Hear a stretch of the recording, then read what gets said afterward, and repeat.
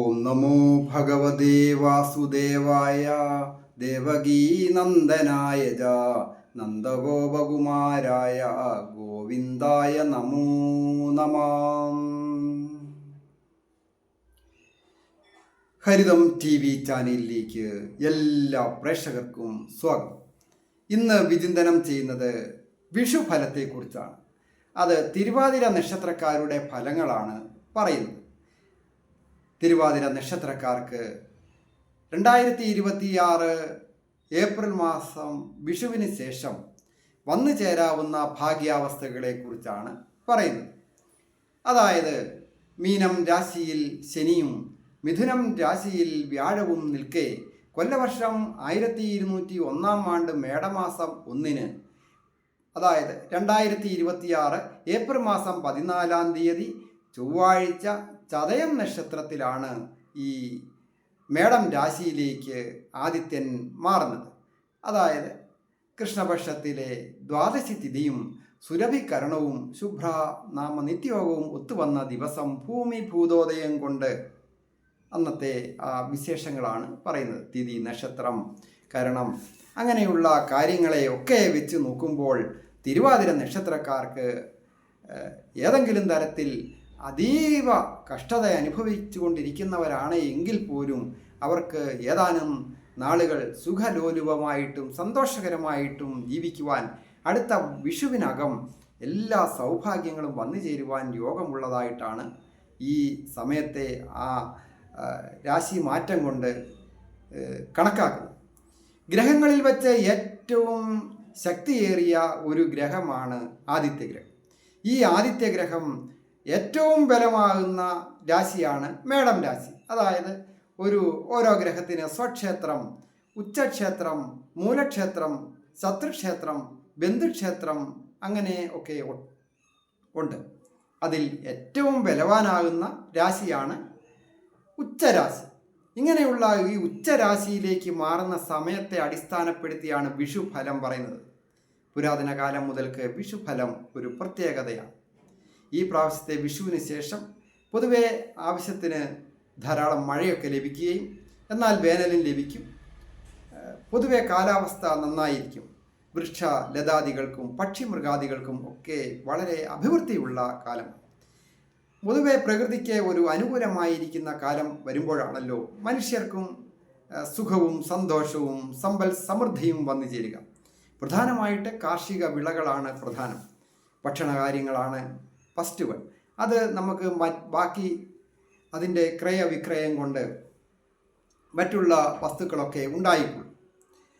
അതായത് ഏതൊരു വ്യക്തിയായാലും കൃഷി കാര്യങ്ങളിൽ ഏർപ്പെട്ടിരിക്കുന്നവർക്ക് അഭിവൃദ്ധികൾ വന്നിച്ചേരും. അതായത് നെൽകൃഷിയായാലും മറ്റ് മൃഗസംരക്ഷണമായാലും അതല്ല മറ്റ് ഏതെങ്കിലും തരത്തിലൊക്കെയുള്ള മൃഗവുമായി ബന്ധപ്പെട്ടോ സസ്യവുമായി ബന്ധപ്പെട്ടോ ഒക്കെയുള്ള കൃഷികൾക്ക് ആദായം ലഭിക്കുന്ന കാലമാണ്. അതുപോലെ തന്നെ പ്രധാനമാണ് മറ്റ് വ്യവസായങ്ങളിൽ ഏർപ്പെട്ടിരിക്കുന്നവർ, ഇമ്പോർട്ടിങ് എക്സ്പോർട്ടിങ് പോലെയുള്ള കാര്യങ്ങൾക്കൊക്കെ ഏർപ്പെട്ടിരിക്കുന്നവർക്കും അനുകൂലമായ സമയം. സ്വന്തം പേരിൽ ഭൂമി വന്നു ചേരുവാൻ യോഗമുണ്ട് ഈ തിരുവാതിര നക്ഷത്രക്കാർക്ക് ഈ വർഷം. ഏതെങ്കിലും തരത്തിലൊക്കെ ഭൂമി വിറ്റുപോയിട്ടുള്ളവരാണ് എങ്കിൽ പോലും അവർക്ക് സ്വന്തം പേരിലേക്ക് ഭൂമി വന്നു ചേരുന്നതിനും ഒരു ഗൃഹം പുതുക്കി പണിയുന്നതിനോ അങ്ങനെ ഒക്കെ ഉള്ള യോഗമുണ്ട്. അതിനുള്ള ധനം അപ്രതീക്ഷിതമായി വന്നു ചേരുവാൻ യോഗമുണ്ട്. അല്ലെങ്കിൽ ഒന്ന് പുതുക്കി പണിയെങ്കിലും ചെയ്യുവാൻ അനുകൂലമായിരിക്കുന്ന സമയം, ദൈവാധീനമുള്ള സമയം. അതുപോലെ തന്നെ പ്രായമായി നിൽക്കുന്ന സഹോദരങ്ങളുടെ വിവാഹം നടക്കുന്നതിനോ മക്കളുടെ വിവാഹം നടക്കുന്നതിനോ ഒക്കെ ഈ വിഷുവിന് ശേഷം യോഗമുണ്ട്. അത്രയ്ക്ക് ദൈവാധീനമുള്ള ഒരു കാലമാണ്. ഈ നക്ഷത്രക്കാരായിരിക്കുന്നവർ തന്നെ വിവാഹം നടക്കേണ്ട സമയമാണ്, ഇപ്പോൾ നടക്കേണ്ട സമയമാണ്. അത് വിഷുവിന് ശേഷവും അത് വളരെ ബലവാനായിട്ടാണ് അങ്ങനെ കാണുന്നത്. അതായത് മനസ്സിനിണങ്ങിയ രീതിയിൽ അനുയോജ്യമായ ഒരു ജീവിത പങ്കാളിയെ കിട്ടുവാൻ ഈ തിരുവാതിര നക്ഷത്രക്കാർക്ക് ഈ വിഷുവിന് ശേഷം യോഗമുണ്ട്. പിണങ്ങി നിൽക്കുന്ന ദമ്പതികൾക്ക് ഒരുമിച്ച് ചേരുന്നതിനും സന്തോഷകരമായിട്ട് കുടുംബജീവിതം നയിക്കുവാൻ മുമ്പോട്ട് പോകുവാനും ഒക്കെ നല്ല അനുകൂലമായ ഒരു മനോഭാവം വന്നു ചേരുന്നതിനും വിട്ടുവീഴ്ച ചെയ്യുന്നതിനും ക്ഷമയും വിട്ടുവീഴ്ചയും ഒക്കെ വന്നു ചേരുവാനൊക്കെ യോഗമുണ്ട്. പ്രായമായ മാതാപിതാക്കൾക്ക് ഈ തിരുവാതിര നക്ഷത്രക്കാർക്ക് അവരുടെ മക്കളെ കൊണ്ട് നല്ല അനുഭവം വന്നു ചേരുക, മക്കൾക്ക് ജോലി കിട്ടുക, വിവാഹം നടക്കുക, വിദ്യാവിജയങ്ങൾ ഉണ്ടാകുക, അങ്ങനെ പല കാര്യങ്ങൾക്കും അനുകൂലമാണ്. അതുപോലെ തന്നെ സമൂഹത്തിൽ വെച്ച് ഈ നക്ഷത്രക്കാർക്ക് ഒരു അംഗീകാരം ലഭിക്കുവാനൊക്കെ യോഗമുള്ള ഒരു വിഷുഫലമാണ് കാണുന്നത്. പ്രതിഭാസ്ഥാനം വളരെ ശുദ്ധമായിരിക്കുന്നു. പ്രബല ഗ്രഹങ്ങളുടെ ഗ്രഹങ്ങളുടെയും ഒക്കെ പൂർണ്ണമായ ദൃഷ്ടി വരുന്നു, സ്ഥിതി വരുന്നു. അങ്ങനെയൊക്കെ വരുമ്പോൾ കലാരംഗവുമായി ബന്ധപ്പെട്ട് നിൽക്കുന്നവർക്ക് പെട്ടെന്ന് പ്രസിദ്ധി വന്നു ചേരുക, വിദേശ പര്യടനം നടത്തുവാനായിട്ട് കരാറുടമ്പടികളിൽ ഒപ്പുവയ്ക്കുവാനും അത് പൂർത്തിയാകുവാനും ഒക്കെ നല്ല യോഗമുള്ള സമയമാണ്, നല്ല ദൈവാധീനമുള്ള സമയം. അതുപോലെ തന്നെ തൊഴിൽ പുരോഗതികൾ വന്നിച്ചിരും.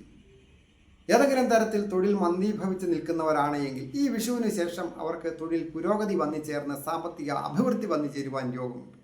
അങ്ങനെയൊക്കെ നോക്കുമ്പോൾ വളരെ ദൈവാധീനമുള്ള കാലമാണ്. അത് ഒരു വാഹനം കൈകാര്യം ചെയ്യുന്നവർക്കായാലും മറ്റ് കൃഷി കാര്യങ്ങൾ കൈകാര്യം ചെയ്യുന്നവരോ മറ്റ് IT മേഖലയിൽ ജോലി ചെയ്യുന്നവരോ മെഡിക്കൽ രംഗവുമായി ജോലി ചെയ്യുന്നവർ, ആർക്കിടെക്റ്റേഴ്സ്, ഇൻറ്റീരിയർ ഡിസൈനേഴ്സ്, അല്ലെങ്കിൽ വസ്ത്രവുമായി ബന്ധപ്പെട്ട ജോലികൾ ചെയ്യുന്നവർ, പാചകവുമായി ബന്ധപ്പെട്ട് അങ്ങനെയൊക്കെ ഉള്ളവർക്ക് അഭിവൃദ്ധികൾ വന്നു ചേരുവാൻ യോഗമുണ്ട്. അപ്രതീക്ഷിതമായ ധന ആഗമന യോഗവും ഉണ്ടാകും. ഏറ്റവും പ്രധാനമായിട്ട് ക്ഷമ, വിട്ടുവീഴ്ച, ഇതൊക്കെ വളരെ അത്യാവശ്യമാണ്. ഓരോരുത്തരുടെയും ജാതകം നോക്കുന്നതിനോ വ്യക്തിപരമായ പ്രശ്നങ്ങൾ നോക്കുന്നതിനോ നേരിട്ട് വരികയോ ഫോൺ വിളിച്ച് ചോദിക്കുന്നതിനുമൊക്കെ അവസരമുണ്ടായിരുന്നു. അതായത് വിവാഹ തടസ്സം, മറ്റ് മുഹൂർത്തങ്ങൾ നോക്കുക, പൊരുത്തങ്ങൾ നോക്കുക വിവാഹത്തിന്, അതുപോലെ ജോലി കിട്ടാൻ എന്താണ് തടസ്സം, അങ്ങനെയുള്ള കാര്യങ്ങളൊക്കെ അറിയുവാൻ നേരിട്ട് വരികയോ ഫോൺ വിളിച്ച് ചോദിക്കുന്നതിനും അവസരമുണ്ടായിരുന്നതാണ്. എല്ലാവർക്കും ഹരിതം TV-യുടെ സമ്പൂർണമായ ഒരു വിഷു ആശംസകൾ. ഈ ചാനൽ പേരും നക്ഷത്രവും ചേർത്ത് കമൻറ്റ് ചെയ്യുകയും സബ്സ്ക്രൈബ് ചെയ്യുന്നവർക്കും വേണ്ടി പ്രത്യേകം പ്രാർത്ഥിക്കുന്നതാണ്. കൂടാതെ എല്ലാവർക്കും നന്മ വരുവാനായിട്ട് പ്രാർത്ഥിക്കുന്നു.